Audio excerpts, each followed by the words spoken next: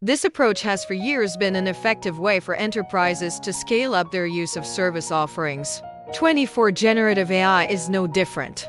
In the crawl stage, applications may be ad hoc and require lots of manual effort.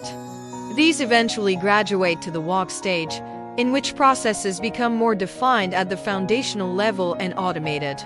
In the run stage, use cases get standardized and become pervasive at the enterprise level. When it's time to fly, the organization leverages the work it has already done to embrace next-generation capabilities. That approach helped chemical company Eastman begin developing generative AI-based internal services. The company has a long track record of using data and analytics in an industry that isn't typically known for it. For example, it has an advanced intelligence service with proprietary thermal stability measures that will predict when a heat transfer fluid used in its customers' industrial processes is likely to degrade, allowing engineers to maintain optimal fluid quality, forecast predictive maintenance needs, and avoid costly downtime on manufacturing lines. Building on this experience, the company is now experimenting with how generative AI can enhance its sales processes. It built an AI-enabled tool that can read through natural language text files. Still in the development stages, the tool is being tested on extracting insights from notes from sales calls.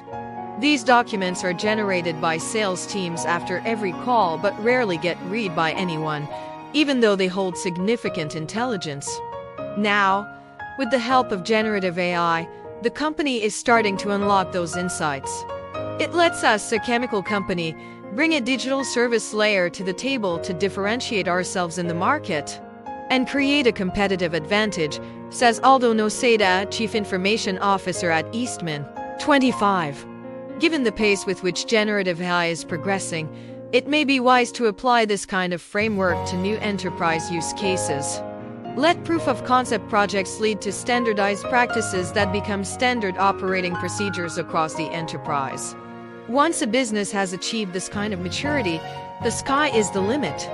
In the near future, it may become even easier for businesses to reap the benefits of generative AI within their industries thanks to the emergence of models that are trained on more specific data.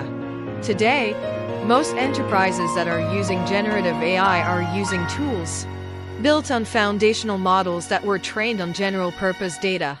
That tools with such a general knowledge base can be used in very specific subject matter areas shows the power of ELMs. But the next generation of ELMs is likely to be more hyper-focused and tailored to businesses' specific needs. 26.